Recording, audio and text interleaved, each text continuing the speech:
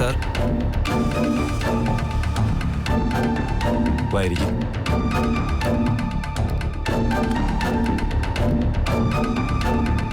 എന്താ സാർ, പ്രശ്നം വല്ലതും? വെങ്കിട്ടരാമൻ സാറ് മെയിൽ ചെക്ക് ചെയ്തില്ല അല്ലേ? ഇല്ല, ഇപ്പൊ നോക്കിയില്ല. രാവിലെ വന്നപ്പോ നോക്കി, പ്രത്യേകിച്ചൊന്നും കണ്ടില്ല. ഇപ്പോഴാ ഇൻഡാസ് വന്നത്. കോപ്പി സാറിനും ഉണ്ട്. എന്താ വിഷയം? വിഷയം വിശ്വനാഥ് സാറിന്റെ കേസ് തന്നെ. ഇപ്പോ പുതുതായി അതിലെന്താ? ലീഗൽ അഡ്വൈസറുടെ അഭിപ്രായം അറിയിച്ചിരിക്കുക. വിശ്വനാഥൻ സാറിനെ പ്രതിയാക്കി ഇവിടുത്തെ പോലീസ് സ്റ്റേഷനിൽ കേസ് രജിസ്റ്റർ ചെയ്യണം. എങ്കിൽ മാത്രമേ ബാങ്കിന് നഷ്ടപ്പെട്ട പണം കോടതി വഴി ക്ലെയിം ചെയ്യാൻ പറ്റൂ എന്നാണ് അവർ പറഞ്ഞുകൊണ്ടിരിക്കുന്നത്. അയ്യോ, അതൊരു വലിയ ചതിയാവുമല്ലോ. കേസ് കൊടുത്താ അറസ്റ്റൊക്കെ ഉണ്ടാവില്ലേ? ഇത്രയും വലിയ തുകയുടെ തിരിമറിയല്ലേ? അതാ ഞാനും ആലോചിക്കുന്നത്. എന്താണൊരു പോംവഴി?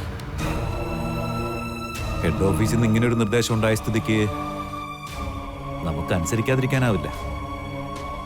കേസ് കൊടുത്തു കഴിഞ്ഞാൽ വിശ്വനാഥൻ സാറിനെ അറസ്റ്റ് ചെയ്ത് കോടതിയിൽ ഹാജരാക്കും, റിമാൻഡ് ചെയ്യുകയും ചെയ്യും. അയ്യോ, അതൊക്കെ ആ പാവത്തിന് താങ്ങാനാവോ? മനസ്സറിയാത്ത കുറ്റത്തിന് ജയിലിൽ പോകേണ്ടി വരികയെന്ന് പറഞ്ഞാ ആര് സഹിക്കും? സാറ് തന്നെ ഒരു മാർഗം കണ്ടുപിടിക്കും. ഇക്കാര്യം അങ്ങേരോട് പറയാൻ എനിക്ക് സാധിക്കില്ല. ഞാൻ വേറൊരു മാർഗം ആലോചിക്കുന്നേ.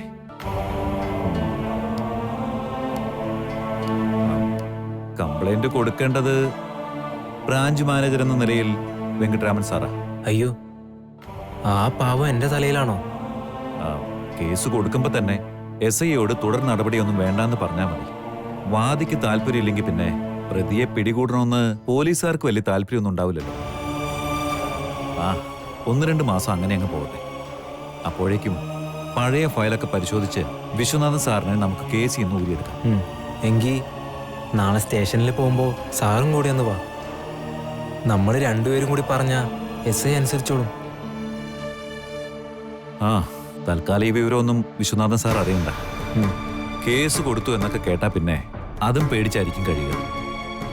എന്തിനാ വെറുതെ ഒരു ടെൻഷൻ ഉണ്ടാക്കുന്നേ? ശരി, നാളെ സ്റ്റേഷനിൽ ഞാനും വരാം.